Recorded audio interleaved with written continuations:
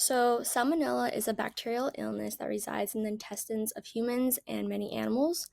And some people are asymptomatic, meaning they don't really experience any of the symptoms, but others experience diarrhea, fevers, abdominal cramps within 8 to 72 hours of exposure. Salmonella Schwarzengrund infections emerge in response to dry pet food made by Mars Pet Care in the US. And it was traced down to a single manufacturing facility in Pennsylvania, but it also spread to other states because it was dispersed. And in September 2007, there were 62 cases, which is 18 states, reported to the CDC, and no deaths were reported. 62% of infected people were pet owners or were in contact with a dog. So the current situation is that the Salmonella Schwarzengrund infections are linked to dry pet food. So if you handle the food or the treats or the animals that consume it, then you have the possibility of contracting the illness. And the strength of this situation was that there were multi-state case control studies that were performed for households infected by the Outbreak strain. And a weakness was that the contaminated dog food had already been dispersed all over the country, so it was hard to track and locate which households actually had the dog food. And an opportunity was that many pet owners had the opportunity to recall the contaminated dog food, and they had to, if they had any of the two brands, and they were able to recall it. And a threat was that the recall was voluntary, so not all of the contaminated bags were eradicated. So this allows for the possibility of actually contracting the illness, even though they had the option to recall it. And the mission statement, which was from the CDC, the PADOH, and the FDA, was to investigate the multi-state outbreak of the Salmonella virus or the Salmonella infection in humans.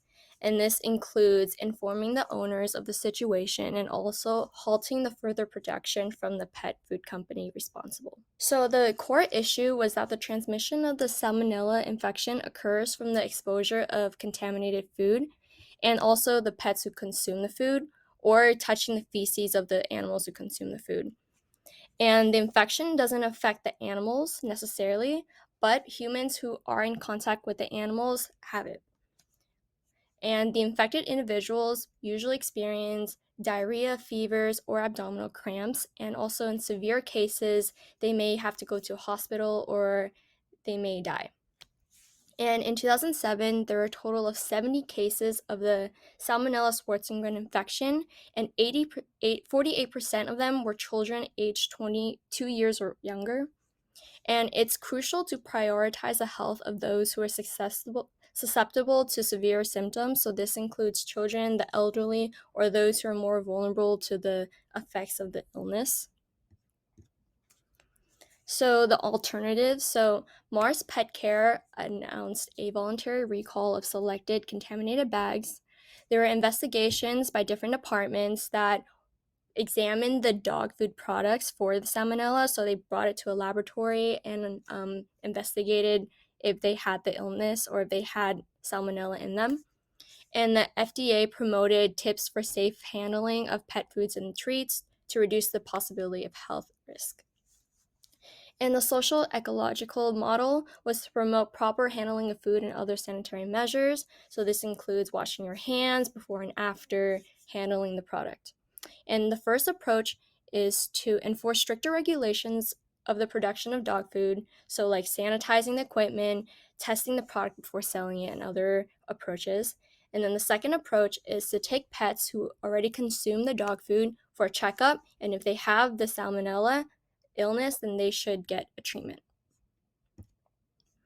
So recommendations. The first recommendation is for pet owners to follow the FDA's tips for safe handling of pet food and treats. So this includes washing your hands with warm water and soap for at least 20 seconds before and after handling dog food. And the second one is that children should be kept away from dry dog food, so they shouldn't be able to handle it at all. In this action plan that I created involves the cooperation of every individual who play or can play a part in the spread of salmonella.